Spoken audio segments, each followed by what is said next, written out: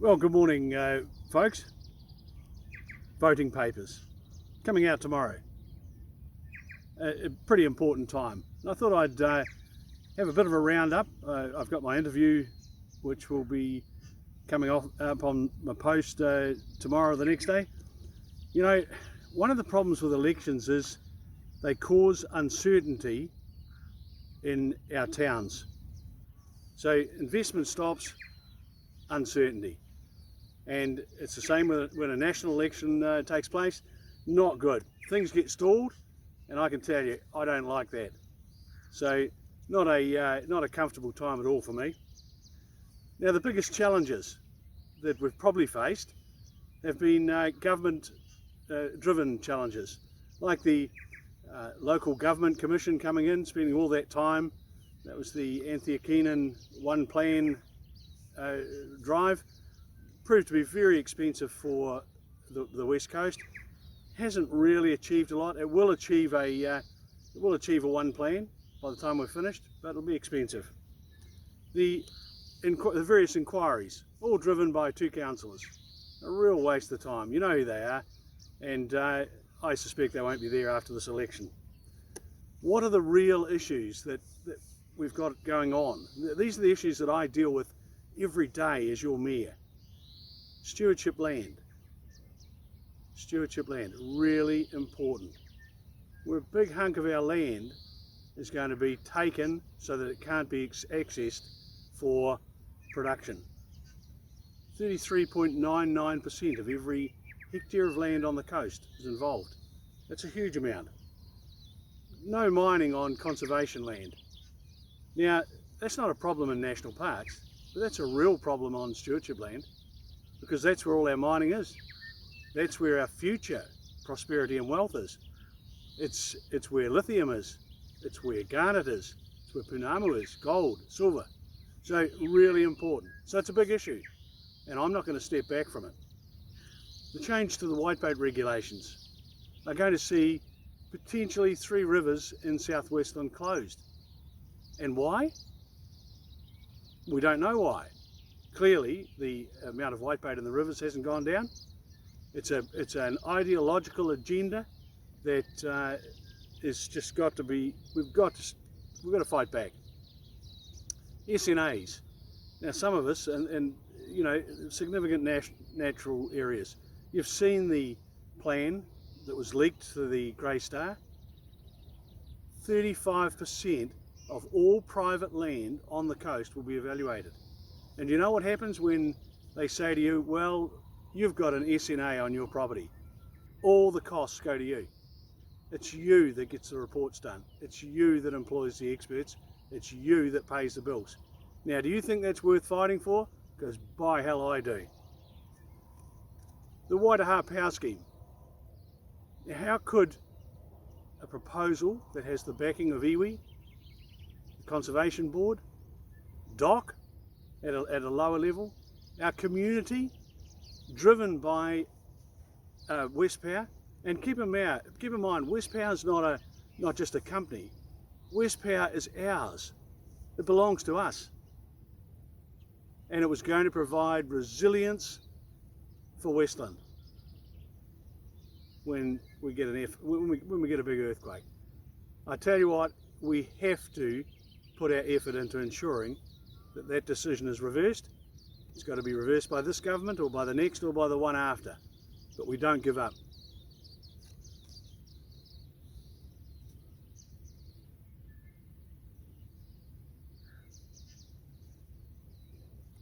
There are lots of projects, capital projects, that have been completed in the last 2.5 years. In fact, more than the last 3 councils combined, and that's because of the amount of money that we've been able to extract from central government via TIF funds, subsidies, NZTA, etc. Now, that's done because of relationships. Relationships, just keep that in mind, really important. Every town in Westland has benefited. There's not one town that's missed out. One of the big things that I'm focused on is attracting investment.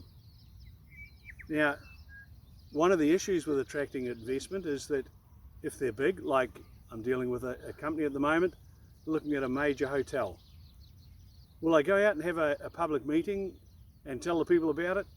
No. And the reason? You'll have a little group like the waste to energy group that'll suddenly pop out of nowhere and do their very best to undermine the investor. And it won't even get to the resource consent process. So you know my position on that, very straightforward. I'm into attracting investment and significant investment to Westland. Some won't be happy, that's the way it is. We need to grow. Why do we need to grow? Well, there's only a few ways you can reduce rates. You can cut your costs, and people in a dying area do that. You know, don't need the services, you just cut back and you end up, it just disappears. Your town shrinks, your services shrink, and it's all over. You can grow the investment in your area, and every time a capital project is done, then everyone's rates gets a wee advantage in a downward direction. So if you can have growth greater than your rate increases, you won't have any rate increases. Now, we've never been able to achieve that, but if we push it hard, it's coming. Our CCOs are so important. They're becoming an incredibly powerful unit within our economy. They employ over 200 people. Now, those people buy the supermarket, they get their cars fixed locally. And I'm talking about people who work for West Roads, I'm talking about people who work for Destination Westland. And it's a very, very important part of what we do. They manage our swimming pools, they manage our pensioner housing, they manage Jackson Bay, they manage our road reserves. It's a big business. And I support it 100%. And I'm really, really frustrated about those couple of councillors around the table that have attempted to undermine them all the way through. The latest announcements from government talk about improving practices on farms. Now, we're a farming area. Our farmers are way ahead of the rest of New Zealand. Our rainfall is much higher, and yet our farmers will be having to write a cheque out to a consultant to get a farm report for their farm, which in many cases they've had in the family for over 100 years. It's not right, it needs to be monitored. Our water, they're bringing in controls for water, and they're going to start in Canterbury and on the coast. Do you know that in 2017, 99% of our coast water was deemed to be compliant? Do you know the worst two places in New Zealand? Northland and Auckland. Wouldn't you think they'd start there? No, another go at the coast. Don't expect me to roll over and let them tickle my belly on that one. Controls on land intensification. Now, land intensification means your farm, your lifestyle block, your land. Well, guess what? You're not going to be able to carry out intensification of those areas without a significant and very expensive process. Should we kick back on that? I reckon it needs to be discussed. We went to Shantytown the other night to listen to Ministry of the Environment talk about controls on streams.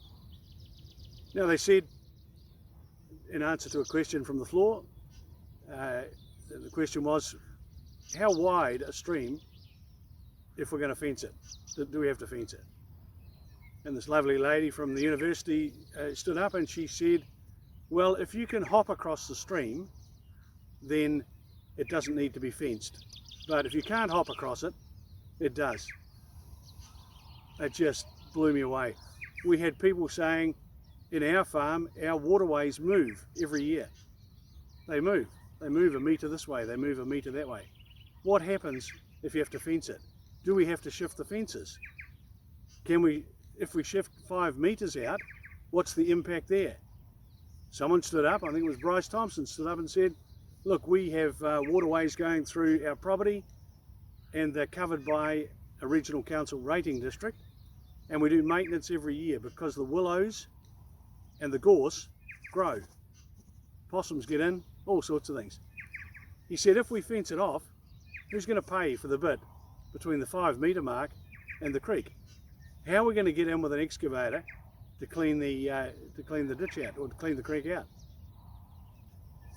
Ideology versus reality. Not much good. Ute muster. Ute muster's been used as a political football. It's just bizarre. Do you know that the board of Destination Westland presented their budget to council? They presented their budget to the holding company. It showed a $66,000 cost to establish the event. In the end, it cost $77,000. They're about $15,000 over budget. Now, all of that information has been available, and suddenly it's a political football. My position, I back completely the board and the management of Destination Westland in relation to the running of the first event. I'm absolutely gutted that people around my table prevented the second event, but I can promise you that the ute muster will go ahead next year, either under a community group or by Destination Westland. There's a policy for 2020.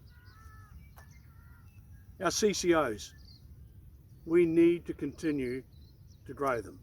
And the reason is they make money for us. We're different to Grey. Grey don't have CCOs. They have an airport that costs them money. We have an airport that makes money. We have the heliport in France, our most profitable aviation activity. And it's brilliant. It's the largest in New Zealand.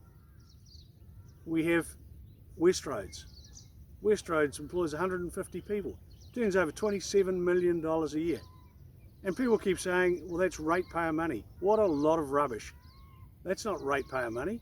That's revenue that they go out and they earn, and their staff are fantastic. They're skilled, they're qualified, and they do a really good job. And if I have my way, I'll be watching them slowly grow. You know, relationships. Relationships are really important, because without relationships, you can't build trust. Without trust, you can't actually get the projects you want across the board, or funding, or you've got to be able to work with the mayors on the coast. It's all built around relationships.